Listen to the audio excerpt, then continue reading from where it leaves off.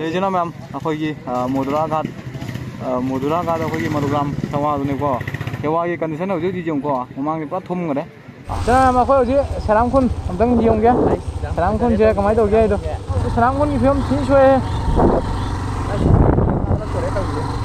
ꯂꯝꯕꯤ ꯃꯊꯛ ꯀꯥꯈꯠꯂꯛꯇꯣꯔꯦ ꯁꯦꯔꯥꯝꯈꯨꯟ ꯐꯖꯅ ꯊꯨꯝꯃꯦ ꯑꯁ ꯃꯥꯟꯗꯣꯞꯀ ꯊꯨꯝꯕ ꯌꯥꯎꯔꯦ ꯒꯨꯗ ꯃꯣꯔꯅꯤꯡ ꯏꯆꯤꯟꯅꯥꯎ ꯃꯌꯥꯝ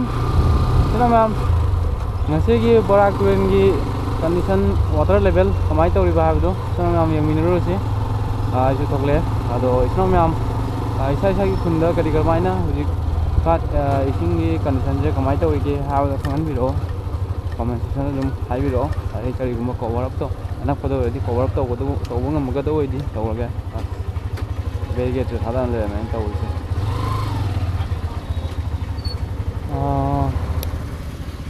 येंथोलरसे दुदी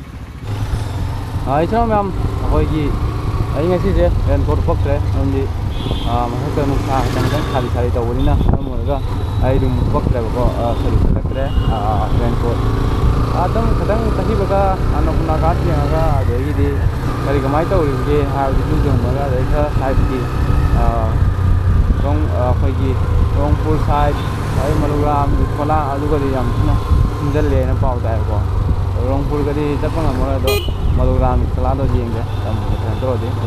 अतेग मदुम नाम जंगलाके अदो चलोरसी इतना मैं मैं लाया को भैया नगुना घाटा नगुना घाट की सिचुएशन जेंगमगा एकदम अतोप होंगे उदागे अहमदा इतना मैं जेंगो सिचुएशन जेंगना अखोगी आदगी कनसे सी मखा लेमने को ngasi हाथे को खालमे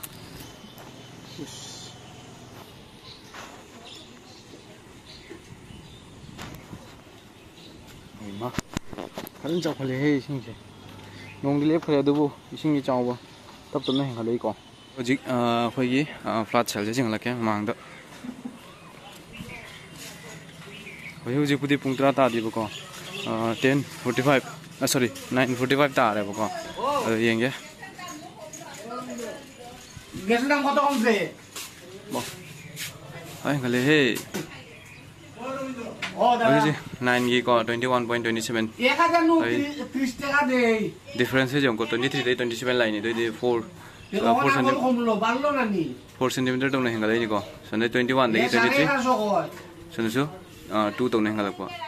2 हेंगलगा हजि डायरेक्ट 4 ला हेंगलक कोई चांस लाई देते छु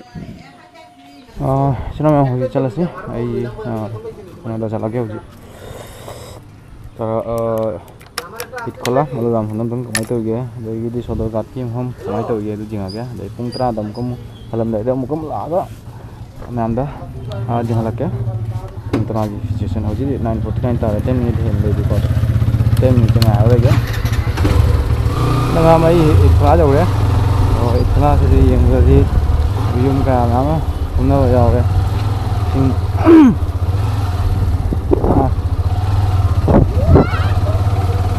ngam thuna ho jawe sama siyong ini sing thumna kondo budi khoi gi ha la siyong ko e a jaw le sing thumna ge gi kan gi ra ma do kan ne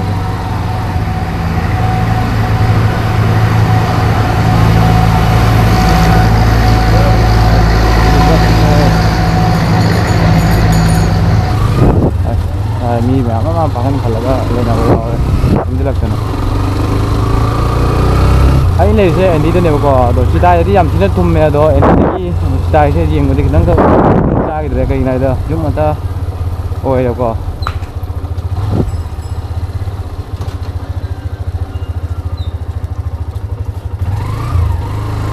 Nangli हो गया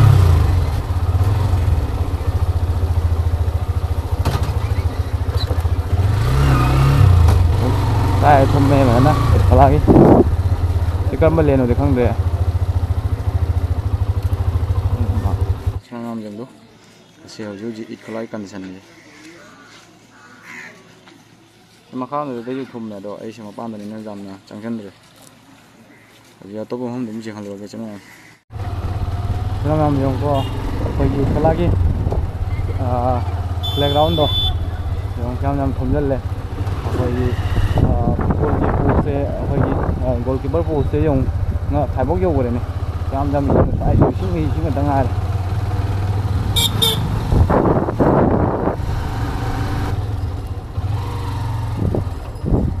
ꯁ꯭ꯋꯥꯏꯒꯤ ꯐꯤꯕꯝꯁꯤꯗꯤ ꯂꯣꯏꯔꯦ defend ꯁꯣꯛꯀꯅꯤ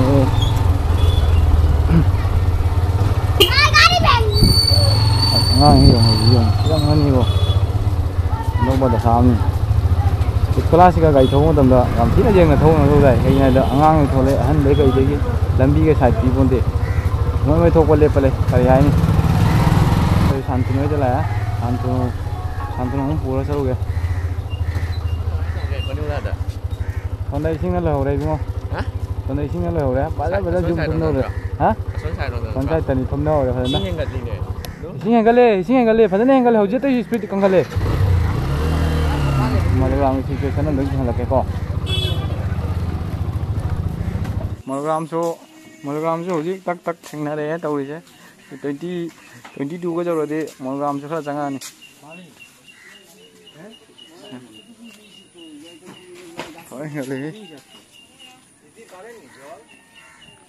ꯆꯠꯁꯤ ꯔꯣꯡꯄꯨꯔꯗ ꯌꯦꯡꯁꯤ ꯔꯣꯡꯄꯨꯔꯒꯤ ꯃꯩꯇꯩ ꯈꯨꯂꯛ ꯇꯥꯕꯗ ꯊꯨꯝꯕ꯭ꯔꯥ ꯊꯨꯝꯗꯕ꯭ꯔꯥ ꯍꯥꯏꯗꯣ ꯀꯗꯣꯝ ꯆꯠꯁꯦꯅꯣ ꯒꯥꯠꯇ ꯌꯦꯡꯁꯤꯔꯣ ꯀꯩꯅꯣꯒꯤ ꯁꯤꯁꯤꯅ ꯃꯌꯥꯝ ꯑꯩꯈꯣꯏꯒꯤ ꯃꯣꯙꯨꯔꯥ ꯘꯥꯠ ꯑꯩꯈꯣꯏꯒꯤ ꯃꯣꯂꯣꯒ꯭ꯔꯥꯝ ꯊꯋꯥꯗꯨꯅꯦꯀꯣ ꯊꯦꯋꯥꯒꯤ ꯀꯟꯗꯤꯁꯟ ꯍꯧꯖꯤꯛ ꯌꯦꯡꯉꯨꯀꯣ ꯃꯃꯥꯡꯗꯤ ꯄꯨꯔꯥ ꯊꯨꯝꯈꯔꯦ ꯑꯗꯩ ꯋꯥꯡꯁꯤꯅ ꯑꯩꯈꯣꯏꯒꯤ ꯃꯣꯙꯨꯔꯥꯅꯦꯕꯀꯣ ꯋꯥꯡꯁꯤꯅ ꯑꯗꯣ ꯃꯣꯙꯨꯔꯥꯁꯨ ꯎꯕ ꯐꯪꯈꯤꯗ꯭ꯔꯦ ꯍꯧꯖꯤꯛ ꯏꯅꯥꯎꯗ ꯃꯤ ꯀꯩꯅꯣ ꯇꯧꯕ ꯌꯥꯎꯔꯤꯅꯦ ꯀꯔꯤꯅꯣ ꯏꯁꯤꯡꯗ ꯉꯥꯔ ꯂꯨꯏꯗ ꯀꯩꯗꯧꯔꯤꯅꯣ ꯁꯤꯕꯨ ꯁꯨꯞ ꯆꯦꯟꯈ꯭ꯔꯕ ꯏꯁꯤꯡꯁꯤꯒ ꯃꯩ ꯀꯩꯅꯣ ꯁꯥꯊꯤꯈ꯭ꯔꯦ ꯃꯣꯙꯨꯔꯥ ꯘꯥꯠꯀꯤ ꯑꯩꯈꯣꯏꯒꯤ ꯁꯤ ꯃꯣꯂꯣꯒ꯭ꯔꯥꯝꯒꯤ ꯐꯤꯕꯝꯅꯤꯁꯦ ꯗꯨꯀꯥꯟꯁꯤꯡ ꯄꯀꯥ ꯀꯥꯏꯕ ꯊꯨꯝꯃꯤꯅꯣꯡꯁꯤ ꯑꯩꯈꯣꯏ ꯀꯥꯏꯒꯗꯧꯅꯤ ꯄꯥꯡꯗꯧꯅꯤꯁꯦ ꯃꯩꯁꯦ ꯁꯤꯅ ꯑꯩꯈꯣꯏ ꯆꯠꯁꯤ ꯀꯩꯅꯣꯗ ꯃꯣꯂꯣꯒ꯭ꯔꯥꯝꯗ ꯁꯣꯔꯤ ꯃꯣꯂꯣꯒ꯭ꯔꯥꯝ ꯍꯥꯏ ꯔꯣꯡꯄꯨꯔ ꯁꯣꯝꯗ ꯏꯆꯤꯟꯅꯥꯎ ꯃꯌꯥꯝ ꯑꯩꯈꯣꯏ ꯈꯨꯟꯗꯁꯨ ꯏꯁꯤꯡ ꯆꯥꯎꯔꯦꯀꯣ ꯑꯗꯣ ꯑꯩꯈꯣꯏ ꯈꯨꯟꯗꯗꯤ ꯌꯨꯝꯗ ꯆꯠꯇꯕꯅꯤꯅ ꯍꯥꯏꯕ ꯉꯝꯗ꯭ꯔꯦ ꯑꯗꯨꯒ ꯂꯣꯏꯅꯅ ꯑꯩꯒꯤ ꯑꯩꯈꯣꯏꯒꯤ ꯆꯨꯖꯥꯛ ꯐꯥꯔꯝꯗꯣ ꯆꯣꯀꯣꯆꯥꯛ ꯍꯥꯏꯇꯥꯔꯦꯀꯣ ꯑꯩꯈꯣꯏꯒꯤ ꯁꯤꯒ ꯑꯗꯣ ꯆꯨꯖꯥꯛ ꯐꯥꯔꯝꯗꯁꯨ ꯂꯣꯏ ꯂꯨꯞꯁꯟꯗꯅ ꯃꯃꯥꯡꯒꯤ ꯊꯪꯕꯗꯣ ꯌꯨꯝꯗꯒꯤ ꯍꯥꯏꯔꯛꯄ ꯂꯣꯏ ꯂꯨꯞꯁꯟꯈꯔꯦ ꯑꯗꯨꯅ ꯊꯕꯛ ꯂꯣꯏꯔꯦ ꯑꯩꯒꯤ ꯆꯣꯀꯣꯆꯥꯛ ꯁꯤꯅ ꯃꯌꯥꯝ ꯑꯩꯈꯣꯏ ꯔꯣꯡꯄꯨꯔ ꯌꯧꯗ꯭ꯔꯤ ꯁꯣꯗꯔꯒꯥꯠꯇꯪ ꯌꯧꯔꯛꯄꯗ ꯅꯣꯡꯁꯦ ꯍꯥꯏꯖꯤꯜꯂꯛꯑꯦ ꯀꯃꯥꯏꯅ ꯇꯧꯗꯣꯔꯤꯕ ꯈꯪꯗꯦ ꯅꯣꯡꯁꯤꯅ ꯆꯨꯁꯤꯜꯂꯤꯔꯗꯤ ꯑꯩꯈꯣꯏ ꯂꯣꯏꯔꯦ ꯔꯦꯟꯀꯣꯠꯁꯨ ꯌꯥꯎꯔꯛꯇꯕꯅꯤꯅ ꯎꯄꯥꯏ ꯂꯩꯇꯦ ꯈꯪꯗ꯭ꯔꯦ ꯌꯦꯡꯁꯤ ꯍꯧꯖꯤꯛ ꯁꯣꯗꯔꯒꯥꯠꯀꯤ ꯃꯊꯛꯇꯒꯤ ꯁꯣꯗꯔꯒꯥꯠꯀꯤ ꯃꯊꯛꯀꯤ ꯐꯤꯕꯝ ꯀꯃꯥꯏꯅ ꯇꯧꯕ ꯍꯥꯏꯗꯣ ꯌꯦꯡꯍꯟꯖꯔꯛꯀꯦ ꯐꯖꯔꯦ ꯁꯤꯗꯤ ꯁꯃꯨꯗ꯭ꯔ ꯑꯗꯨꯃꯥꯏꯅ ꯆꯥꯎꯔꯦ ꯏꯄꯥꯛ ꯑꯣꯏꯔꯦꯍꯦ ꯏꯃꯥꯏ ꯄꯦꯝꯃ ꯁꯤꯗ ꯌꯦꯡꯉꯣ ꯏꯆꯤꯟ ꯏꯅꯥꯎ ꯃꯌꯥꯝ ꯕꯔꯥꯛ ꯇꯨꯔꯦꯟꯒꯤ ꯐꯤꯕꯝ ꯃꯊꯛꯇ ꯀꯥꯈꯠꯂꯒ ꯑꯩ ꯚꯤꯗꯤꯑꯣ ꯃꯆꯥ ꯑꯃ ꯑꯗꯨꯝ ꯅꯝꯕ ꯌꯦꯡꯉꯦ ꯌꯦꯡꯁꯤ ꯁ꯭ꯋꯥꯏꯁꯤꯗ ꯑꯩꯈꯣꯏꯒꯤ ꯀꯩꯅꯣꯝꯇꯪ ꯚꯤꯗꯤꯑꯣ ꯃꯆꯥ ꯑꯃꯇꯪ ꯂꯧꯖꯒꯦ ꯁꯤ ꯕꯔꯥꯛ ꯇꯨꯔꯦꯟꯒꯤ ꯐꯤꯕꯝ ꯌꯥꯝ ꯊꯨꯝꯖꯜꯂꯦ ꯁꯥꯏꯠꯇ ꯂꯩꯔꯤꯕ ꯌꯨꯝꯁꯤꯡꯁꯤ ꯐꯖꯅ ꯊꯨꯝꯃꯦ ꯅꯣꯡꯁꯨ ꯀꯟꯅ ꯆꯨꯊꯔꯛꯑꯦ ꯑꯩꯈꯣꯏ ꯂꯩꯔꯤꯁꯦ ꯍꯧꯖꯤꯛ ꯁꯣꯗꯔꯒꯥꯠ ꯃꯊꯛꯇꯅꯤ ꯑꯗꯣ ꯉꯁꯤꯁꯦ ꯑꯩꯈꯣꯏ ꯔꯦꯟꯀꯣꯠ ꯆꯨꯄꯛꯇꯕꯅꯦ ꯐꯔꯛ ꯀꯥꯞꯄꯦ ꯂꯣꯏꯔꯦ ꯔꯦꯟꯀꯣꯠ ꯆꯨꯄꯛꯇꯕꯅꯤꯅ ꯉꯁꯤꯗꯤ ꯆꯣꯠꯄ ꯊꯥꯏ ꯅꯣꯡ ꯆꯨꯔꯣꯏꯗꯕ꯭ꯔꯥ ꯍꯥꯏꯅ ꯈꯟꯅ ꯔꯦꯟꯀꯣꯠ ꯄꯛꯇꯕꯅꯤ ꯑꯗꯣ ꯁ꯭ꯋꯥꯏꯁꯤ ꯂꯣꯏꯔꯦ ꯔꯦꯟꯀꯣꯠ ꯍꯥꯏ ꯄꯨꯔꯥ ꯄꯨꯡꯆꯣꯠꯅ ꯆꯠꯄ ꯇꯥꯔꯦ ꯌꯦꯡꯕ ꯍꯥꯏꯗꯅ ꯃꯌꯥꯝꯒꯤꯗꯃꯛꯇꯗꯤ ꯁꯦꯕꯥꯒꯤꯗꯃꯛꯇꯗꯤ ꯆꯣꯠꯂꯁꯨ ꯀꯥꯏꯗꯦ ꯃꯌꯥꯝ ꯐꯖꯅ ꯀꯟꯅ ꯆꯨꯊꯔꯛꯑꯦ ꯅꯣꯡꯁꯦ ꯄꯨꯡꯆꯣꯠ ꯆꯣꯠꯂꯦꯍꯦ ꯇꯧꯔꯤꯁꯦ ꯗꯁꯥꯅꯤꯅꯦ ꯌꯥꯗ꯭ꯔꯦ ꯅꯣꯡꯁꯦ ꯁꯤ ꯌꯥꯗ꯭ꯔꯦ ꯍꯥꯏꯖꯜꯂꯣ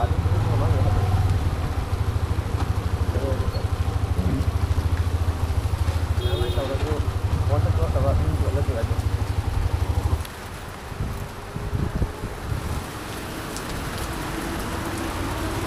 ꯐꯦꯠꯀꯜꯂꯤꯌꯦ ꯅꯣꯡꯁꯤꯗꯤ ꯂꯣꯏꯔꯦ ꯐꯤꯕꯝꯗꯤ ꯑꯩꯈꯣꯏꯒꯤ ꯅꯣꯡꯁꯤ ꯌꯦꯡꯉꯨ ꯆꯨꯊꯔꯛꯑꯦꯅ ꯇꯧꯔꯤꯁꯦ ꯁꯤꯅ ꯃꯌꯥꯝ ꯅꯣꯡꯁꯦ ꯈꯔꯗꯤ ꯍꯥꯡꯉꯦ ꯑꯗꯣ ꯑꯩꯈꯣꯏ ꯆꯠꯂꯒꯦ ꯁꯤꯅ ꯃꯌꯥꯝ ꯑꯩꯈꯣꯏ ꯍꯧꯖꯤꯛ ꯁꯦꯔꯥꯝꯈꯨꯟ ꯑꯝꯇꯪ ꯌꯦꯡꯒꯦ ꯁꯦꯔꯥꯝꯈꯨꯟꯁꯦ ꯀꯃꯥꯏꯅ ꯇꯧꯒꯦ ꯍꯥꯏꯗꯣ ꯑꯁ ꯑꯣꯏ ꯊꯪꯕ ꯃꯥꯏꯀꯩꯁꯤꯗꯤ ꯂꯣꯏꯔꯦꯍꯦ ꯑꯁ ꯑꯣꯏ ꯅꯠꯇꯦꯅꯦ ꯑꯣꯏꯇ ꯅꯠꯇꯦ ꯑꯣꯏ ꯖꯦꯠ ꯐꯖꯅ ꯊꯤꯅ ꯁꯣꯛꯑꯦꯍꯦ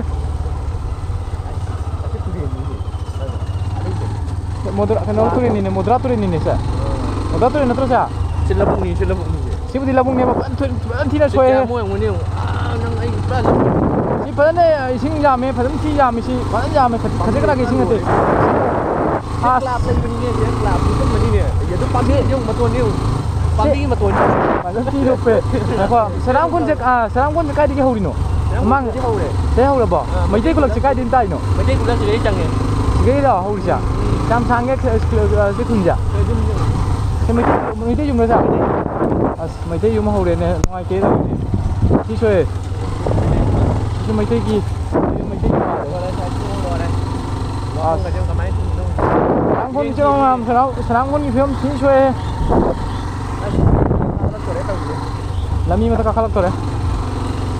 mấy cái gì mà lấy chưa Mấy cái dùng một thân. Mấy cái đắp vào đi. 거의 아무다 사람분들 이제 뭐 그거 누가 롱불도 따게 어떤 유통기 래 따라 뭐 따가 도래 사람분들 로에 해 Rồi đang rồi phải làm một cái quoi. 사람분 반 툼매 아스만도 거 툼매 하는 거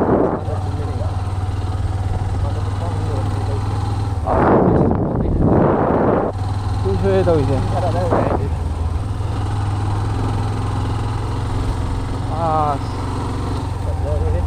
mi chúng ta qua cái gì nó đâu gọi là phải bốc dâu rồi chúng phải bốc dâu ở đâu gì Đây thì mình lập bức phải cái lịch rồi. Đi nhiều rồi. quá rồi đấy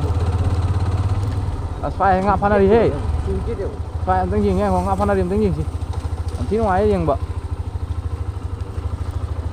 thế là gì chứ đó à chị ấy lúc mà mang cái gì chứ thấy không cái cây nó sẽ phục ni ở mà lên này bây giờ ngã pha đâu cái tuổi của mà lên cái sáng con đã phục cái tuổi nó xí bộ Cái sushi kết rồi mà này. Sushi kết bắt thùng này rồi. bạn thùng nó ngã pha này giống như giảm giống jam rồi amma ni hum mari manga terus terus Ông vào đâu chị? ni pan apa ai 좀 파란 티 잠이 nó mẹ am chẳng có con chân lệ phá đi là không định thì injem đứng gì vậy nó có máy tàu vậy được Không có cuốn tàu vào ra đâu. Có máy thùng nhà này.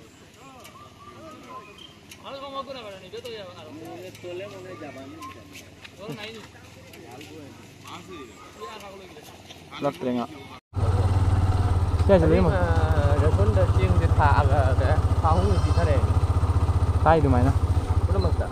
sáng con giờ tay đồ là mày đi tao bây giờ Thích lắm con gì? mày thấy con ta đi có tay chủ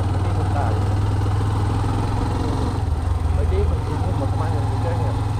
mày thấy số mày thấy bằng ngàn không ra sorry mày thấy bằng ngàn sorry bằng ngàn cái mày thấy bằng sorry mày thấy cái này bợ làm thi chắc rồi gì lúc đây quay cái nào ta sẽ lấy thua gì thật rồi